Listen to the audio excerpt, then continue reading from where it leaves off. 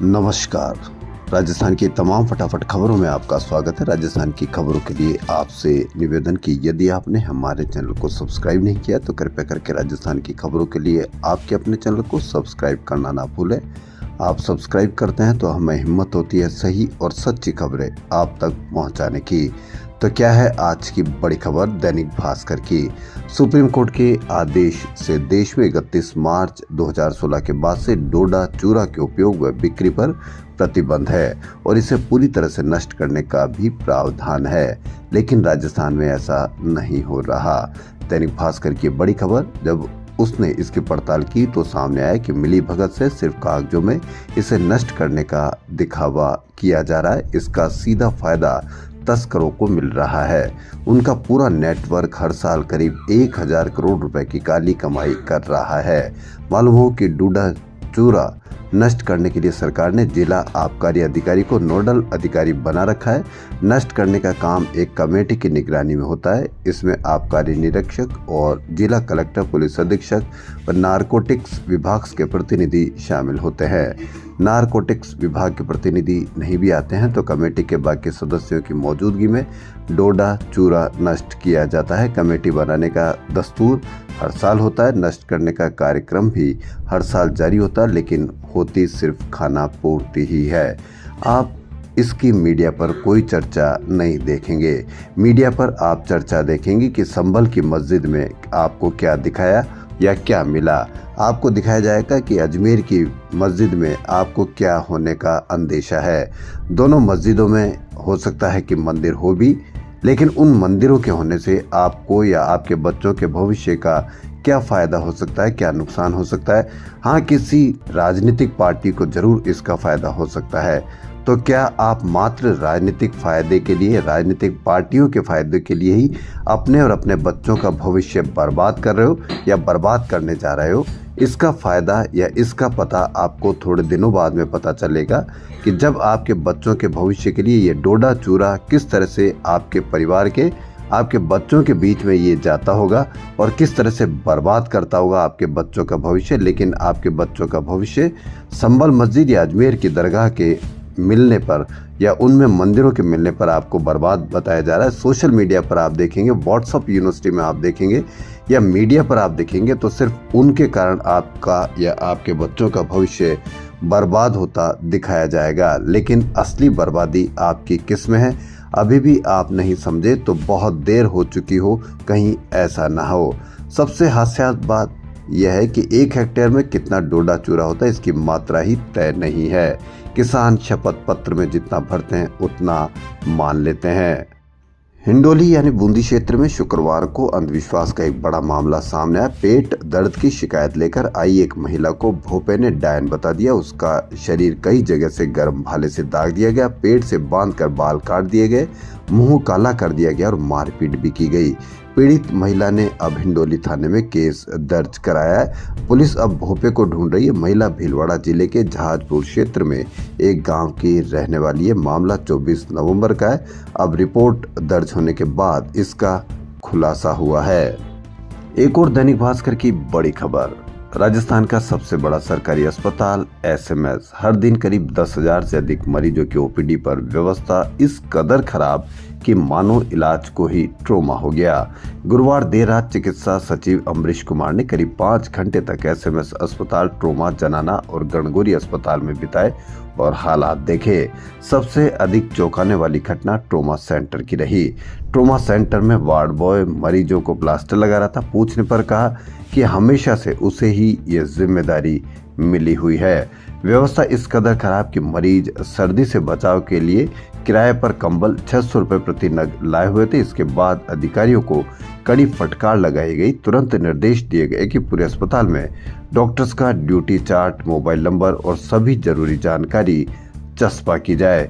Emergency और वार्डों में कहीं भी सीनियर डॉक्टर्स नहीं मिले। मरीजों को इमरजेंसी तक लाने के लिए ट्रॉली तक नहीं मिल रही। इसके बाद अमरीश कुमार ने सभी अधिकारियों से एक एक करके इनके कारण पूछे। कोई भी संतोषजनक जवाब नहीं दे सका।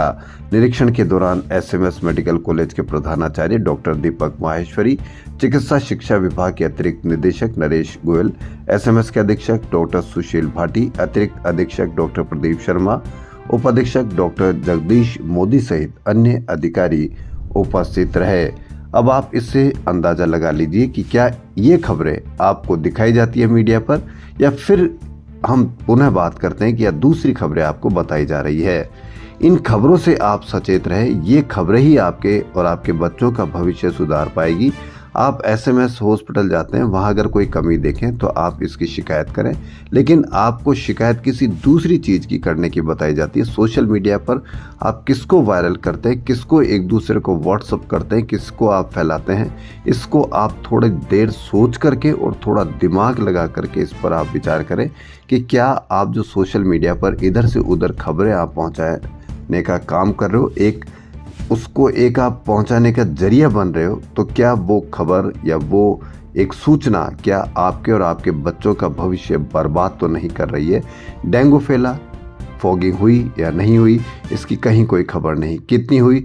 अगर आपके एरिया में इसकी फॉगिंग हुई हो तो आप बताएं, लेकिन आपको पता ही नहीं है क्योंकि उस वक्त कोई दूसरा मुद्दा चल रहा होगा।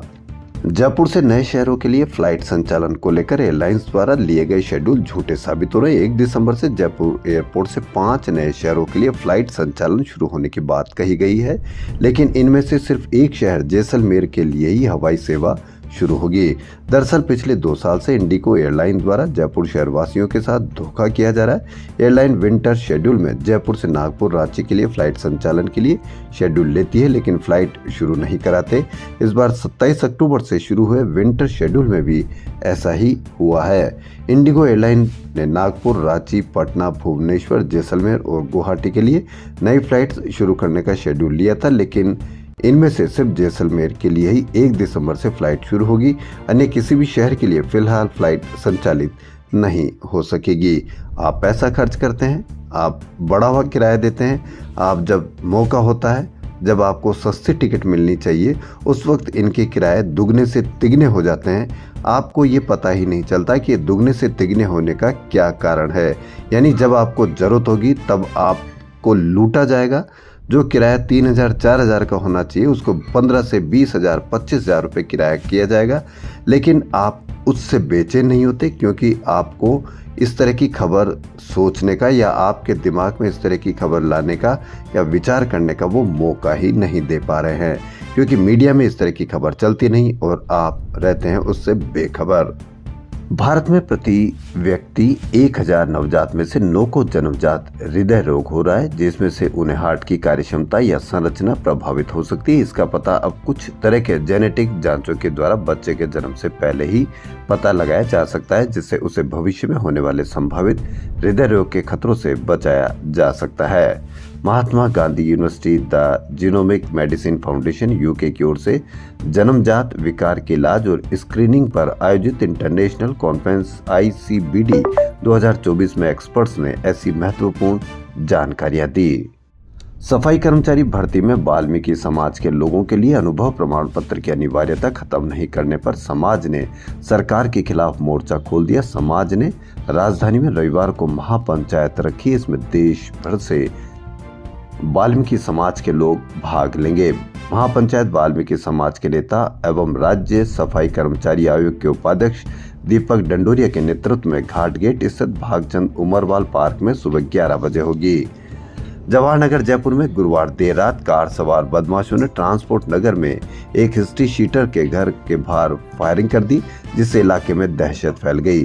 फायरिंग कर भागे बदमाश की कार स्कूटी सवार युवकों से टकरा गई।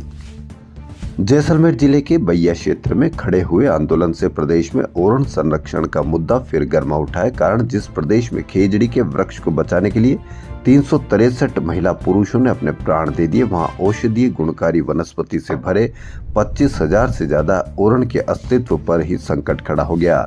राज्य में अनुमानित 15 लाख बीघा से अधिक ओरण यानी देवभूमि है। सर्वाधिक ओरण वाले जैसलमेर, बाड़मेर, बीकानेर, जोधपुर में यह पड़ताल की गई। यहाँ ग्रामीणों का मानना है कि पुरखों ने वन्य जीवों से लेकर मनुष्य तक सभी के हित में अथक परिश्रम कर ओरण खड़े किए। अब सौर और पवन ऊर्जा परियोजना व अन्य उद्देश्यों के नाम पर ओरण की जमीनों पर अतिक्रमण किया जा रहा है। इससे ओरण नष्ट हो जाएंगे, लेकिन कोई फर्क नहीं पड़ेगा आपको और आपके परिवार को और आपके बच्चों को, क्योंकि आपको अभी इनके बारे में सोचने का मौका ही सोचने का आपका दिमाग खत्म कर दिया।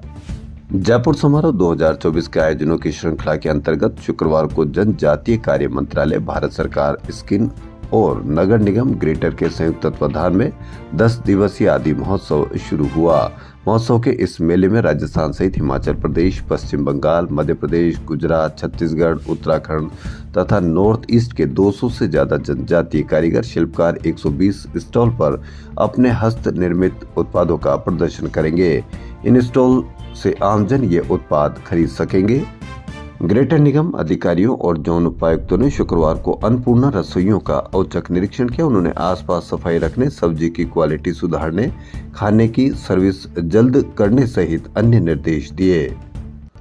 रोडवेज के रिटायर्ड कर्मचारियों ने शुक्रवार को मुख्यालय के बाहर विरोध प्रदर्शन किया। RSRTC रिटायर्ड एम्प्लॉइज एसोसिएशन के अध्यक्ष आनंद चौधरी और महामंत्री हरगोविंद शर्मा ने बताया कि प्रदर्शन सेवानिवृत्त कर्मचारियों के बकाया भुगतान किए जाने को लेकर किया गया। एसोसिएशन के वरिष्ठ नेता ML यादव ने बताया कि जयपुर आगार के सामने से रैली भी निकाली गई। इस दौरान रिटायर्ड एम्प्लॉइज द्वारा रोडवेज प्रशासन और राज्य सरकार के विरोध में नारेबाजी की गई। पूर्व मुख्यमंत्री अशोक गहलोत ने फिर छात्र संघ चुनाव की मांग उठाई। सोशल मीडिया पर शुक्रवार को उन्होंने सीएम को संबोधित करते हुए लिखा कि युवा हित में छात्र संघ चुनाव कराया जाए, सीएम इस मुद्दे पर जल्द फैसला ले। गहलोत ने मुख्यमंत्री भजनलाल शर्मा से चुनाव करवाने को लेकर सोशल मीडिया पर पोस्ट किए।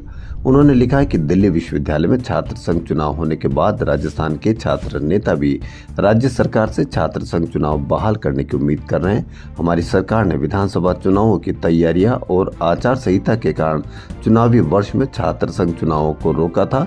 पूर्ववर्ती भाजपा सरकार द्वारा भी छात्र संघ चुनाव पर प्रतिबंध लगाया गया था, जिसे हमारी सरकार आने पर युवाओं के हित में पुनः बहाल किया गया था। छात्र संघ चुनाव राजनीति की पहली सीढ़ी की तरह है। इसमें हार जीत के कोई मायने नहीं है। इनमें भाग लेने से ही विद्यार्थियों की राजनीतिक समझ बढ़ती है। मैं स्वयं 1972-73 में छात्र संघ चुनाव लड़ा पर हार गया था। इसके बावजूद राजनीति में आगे बढ़ा। राजस्थान विधानसभा के नेता प्रतिपक्ष टीकाराम जूली ने कहा कि केंद्र व राज्य में भाजपा का राज और संसद के शीतकालीन सत्र के चलते दिल्ली में भाजपा के प्रदेश अध्यक्ष व राज्यसभा सांसद मदन राठौड़ को जान से मारने की धमकी मिली है, जो कि एक बहुत गंभीर और चिंताजनक विषय है। नेता प्रतिपक्ष टीकाराम जूली ने कहा कि भाजपा राज में अपराधियों के हौसले इतने बुलंद हो चुके हैं कि वह भाजपा के प्रदेश अध्यक्ष को जान से मारने की धमकी दे रहे हैं। ऐसे में आम आदमी की सुरक्षा पर एक गंभीर प्रश्न खड़ा हो गया है। जूली ने कहा कि बड़े दुर्भाग्य की बात है कि सत्तारूढ़ पार्टी अध्यक्ष को अपनी सुरक्षा के लिए दिल्ली पुलिस आयुक्त को पत्र लिखकर सुरक्षा की मांग करनी पड़ रही है।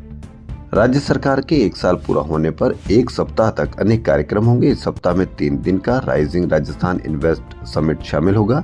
इसकी शुरुआत 9 दिसंबर को होगी और समापन 15 दिसंबर को। इस दौरान सरकार ने न केवल 1 साल के काम का ब्यौरा एक प्रदर्शनी के माध्यम से रखा जाएगा, कई नई घोषणाएं भी की जाएगी। इनमें खेती, किसानी, पशुपालन से लेकर युवाओं, महिलाओं व सभी वर्ग के लिए कुछ न कुछ हासिल होगा। सरकार 1 साल पूरा होने पर रोजगार उत्सव करेगी। इस दौरान 89,304 पदों पर भर्तियों का विज्ञापन जारी करेगी। इसी के तहत 14,565 युवाओं को नौकरी के नियुक्ति पत्र भी सौंपेगी। इनके अलावा युवा उद्यमियों के लिए 150 स्टार्टअप को राजस्थान स्टार्टअप पॉलिसी के तहत फंडिंग कराई जाएगी। मुख्यमंत्री भजनलाल शर्मा सहित दोनों उप मुख्यमंत्रियों ने पिछले वर्ष 15 दिसंबर को पद की शपथ ली थी। अब सीएम 1 साल पूरा होने पर ऐसी अनेक नई योजनाओं की घोषणा करेंगे। राजस्थान विश्वविद्यालय में संचालित आनंदम कार्यक्रम के तहत छात्र छात्राएं न केवल अस्पतालों में मरीजों की सेवा में जुट रहे बल्कि नशा मुक्ति और वृद्ध जनों की सेवा में जुटे हैं। अस्पतालों में आने वाले मरीजों का पहले रजिस्ट्रेशन करवाना, फिर डॉक्टर को दिखाने में मदद कर रहे हैं। डॉक्टर्स की ओर से मरीजों को वार्डों में भर्ती करने पर वार्ड तक व्हील चेयर व स्ट्रेचर के जरिए पहुंचाकर खुशी के साथ मन में सहयोग की भावना जागृत हो रही है। खुद स्वयंसेवक सामाजिक सरोकार के विभिन्न क्षेत्रों में सेवाएं दे रहे विश्वविद्यालय की आनंदम की nodal officer professor Nilima Gupta के अनुसार जयपुर की बेस्ट प्रैक्टिसेज में यूजी पीजी की पढ़ाई कर रहे विद्यार्थी शामिल हैं। ट्रांसजेंडर समुदाय के अधिकारों के लिए जयपुर रेंज की तरफ से रेंज आईजी अजय पाल लांबा की अध्यक्षता में शुक्रवार को आरपीएम में 1 दिवसीय कार्यशाला का आयोजन किया गया। इसमें जयपुर ग्रामीण एसपी आनंद शर्मा, मुख्य प्रशिक्षक नई होर संस्थान की पुष्पा माई, लोक अभियोजन रमेश चौधरी, सामाजिक न्याय एवं अधिकारिता विभाग से दिलबाग सिंह व Rajasthan state AIDS control society से सीताराम सहित कई लोग शामिल हुए। बीजेपी प्रदेश अध्यक्ष मदन राठौड़ को जान से मारने की धमकी मिली। धमकी देने वाले ने कहा कि नरेश मीणा के खिलाफ बोला है, इसलिए गोली मार दूंगा। राज्यसभा में इसलिए भेजा है क्या? राठौड़ ने दिल्ली के पार्लियामेंट स्टेट थाने में शिकायत भी दर्ज कराई। पुलिस ने अनूपगढ़ निवासी आरोपी हेतराम मंगलाव को गिरफ्तार किया है। ख्वाजा मोइनुद्दीन हसन चिश्ती की दरगाह में मंदिर होने के दावे वाली याचिका कोर्ट में स्वीकार होने के बाद देश भर में बहस छिड़ गई है। इसी बीच दरगाह दीवान सैयद जैनुल आबिदीन ने कहा कि गरीब नवाज की मजार करीब 150 साल तक कच्ची थी। कच्ची मजार के नीचे मंदिर कैसे संभव है? इस मुद्दे पर पहली बार दीवान पत्रकारों से मुखातिब हुए। अब तक उनकी ओर से बड़े पुत्र सैयद नसीरुद्दीन चिश्ती ही पत्रकारों को फेस कर रहे थे। दीवान आबिदीन ने कहा कि दरगाह का इतिहास 800 साल पुराना। उस जमाने में यह सब कच्चा था। गरीब नवाज जब तशरीफ लाए उस जमाने में यह कच्चा मैदान था, उसके अंदर उनकी कब्र थी। अब खुद अंदाजा लगा सकते हैं कि जहां कब्र होगी वह भी कच्ची होगी। 150 साल तक आपका मजार कच्चा रहा, वहां बिल्कुल भी पक्का कंस्ट्रक्शन नहीं था। उसके नीचे मंदिर कहां से आ सकता है? राजस्थान की खबरों फिलहाल इतना ही। यदि आपको हमारा चैनल पसंद आए तो लाइक, सब्सक्राइब और शेयर अवश्य करें। धन्यवाद।